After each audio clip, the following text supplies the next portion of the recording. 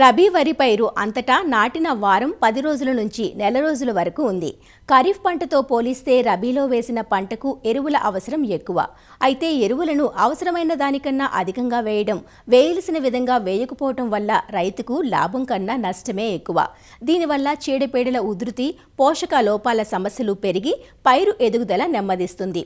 దీనికి తోడు కలుపును సకాలంలో నిర్మూలించలేకపోతే పోషకాలకు పోటీ ఏర్పడడంతో పాటు చీడపీడలు వ్యాప్తి చెందుతాయి. మరి పైరు పెరుగుదల బాగుండాలంటే రబీ వరి పైరులో పాటించాల్సిన యాజమాన్య సస్యరక్షణ చర్యలను తెలియజేస్తున్నారు ఆచార్య ఎన్జీ రంగా వ్యవసాయ విశ్వవిద్యాలయం, కర్నూలు జిల్లా బనవాసి కృషి విజ్ఞాన కేంద్రం సమన్వయకర్త డాక్టర్ రాఘవేంద్ర చౌదరి. కొన్ని చోట్ల నారుమడి దశలో ఉంది, ఇంకొన్ని చోట్ల 5 నుంచి 10 రోజుల దశలో ఉంది, ఇంకొన్ని చోట్ల వచ్చేసి 20 నుంచి 30 రోజుల దశలో ఉంది.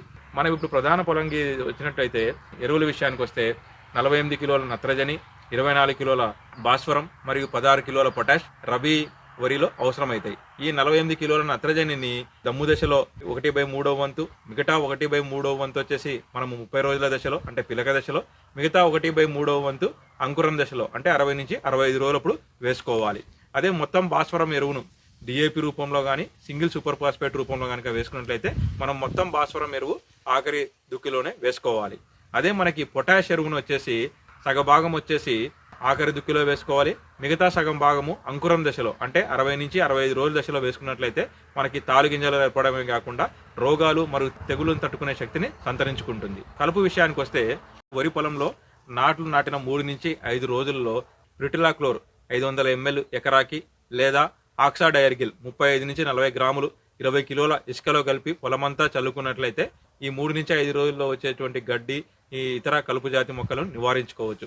వరి నాట్లు వేసిన 9 నుంచి 12 రోజులకు గనక గడ్డి, తుంగ మరియు ఇతర వెడల్పాకు లాంటి కలుపు జాతి మొక్కలు ఉన్నప్పుడు ట్రయోఫోమోన్ ప్లస్ ఇథాక్సి సల్ఫిరాన్ మనకి కౌన్సిల్ యాక్టివ్ అనే పేరుతో దొరుకుతుంది. ఇది వచ్చేసి 90 గ్రాములు ఎకరాకి పిచికారీ చేసుకున్నట్లయితే సమర్థవంతంగా నివారించుకోవచ్చు. వరి నాట్లు వేసిన 15 నుంచి 20 రోజుల దశలో గడ్డి, వెడల్పాగు, తుంగ ఇటువంటి కలుపు మొక్కలు ఎక్కువగా ఉన్నప్పుడు బిస్పైర్బ్యాక్ సోడియం అనే కలుపు మందును 80 నుంచి 150 ml ఎకరాకి మనం పిచికారీ చేసుకున్నట్లయితే సమర్థవంతంగా నివారించుకోవచ్చు. మనం గనక వెడల్పాకు కలుపు ఎక్కువగా ఉందంటే 240 సోడియం సాల్ట్ 500 గ్రాములు ఎకరాకి కనుక పిచికారీ చేసుకున్నట్లయితే మనం వెడల్పాకును కూడా సమర్థవంతంగా నివారించుకోవచ్చును. నీటి యాజమాన్యంకి వస్తే వరి నాట్లు నాటిన 30 రోజుల వరకు 2 నుంచి 3 సెంటీమీటర్ల వరకు నీరును ఉంటే మనకి దుబ్బు బాగా చేస్తుంది, పిలకలు అధికంగా రావడానికి అవకాశం ఉంటుంది.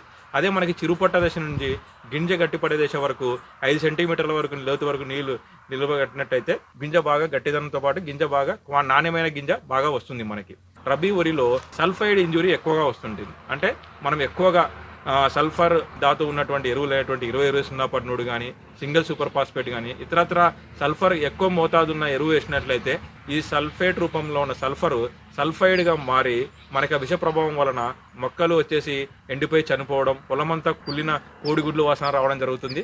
ఆకులు ఎర్రగా అయిపోయి ఎదుగుదల కూడా లోపిస్తుంది ఈ సల్ఫైడ్ ఇంజరీ వల్ల. అందుకోసం మనము పంట వేసిన తొలి దశలో ఎక్కువగా నీళ్లు పెట్టకుండా పొలం అప్పుడప్పుడు ఆరబెట్టడం ఒకటి చేయాలి.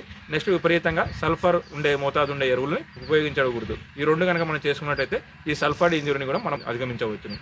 రబీలో ఈ కాండం తొలుచు పురుగు ఎక్కువగా వస్తుంది. పైరు 30 రోజుల నుంచి పంట చివరి వరకే ఆశిస్తుంది. దుబ్బు దశలో కాండం తొలుచు పురుగు కాండం లోపలికి వెళ్ళిపోయి లోపల మనకి ఆ కాండంని కట్ చేయడం వల్ల మొక్క పోషకాలు తీసుకోలేక మువ్వు అనేది ఎండిపోయి చనిపోతుంది.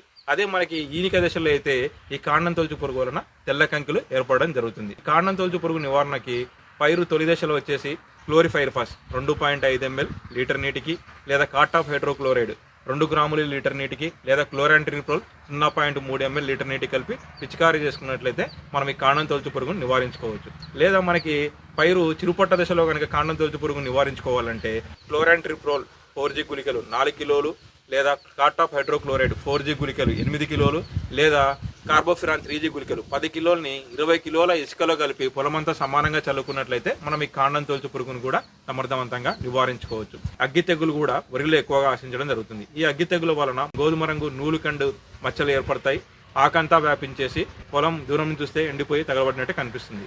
ఇది మనకి వెన్ను దశలో వస్తుంది. నెక్స్ట్ వచ్చేసి కంకి దశలో కూడా వస్తుంది. మెడవిరుపు తెగులు కూడా అంటాం మనము. ఈ అగ్గి తెగులు నివారణకి ట్రైసైక్లోజోల్ 0.6 గ్రాములు లీటర్ నీటికి, లేదా కాసుగామైసిన్ 2.5 ml లీటర్ నీటికి, లేదంటే ప్లాంటోమైసిన్ 0.2 గ్రాములు లీటర్ నీటికి కలిపి పిచికారీ చేసుకున్నట్లయితే అగ్గి తెగులను కూడా సమర్థవంతంగా నివారించుకోవచ్చు. ఇది కాకుండా మనకి ఈ మధ్యకాలంలో ఎక్కువ ఆశించే తెగులలో ముఖ్యమైనటువంటిది బ్యాక్టీరియా ఆకుఎండు తెగులు.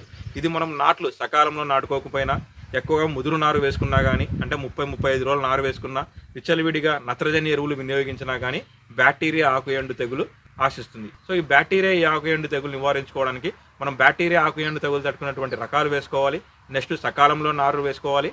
నెక్స్ట్ మన నత్రజని ఎరువులు అవసరమైన మేరకే వేసుకోవాలి. కానీ మనం విచ్చలవిడిగా నత్రజని వేసుకుంటే మటుకు మనకు బ్యాక్టీరియా ఆకుఎండు తెగులు ఆశిస్తుంది.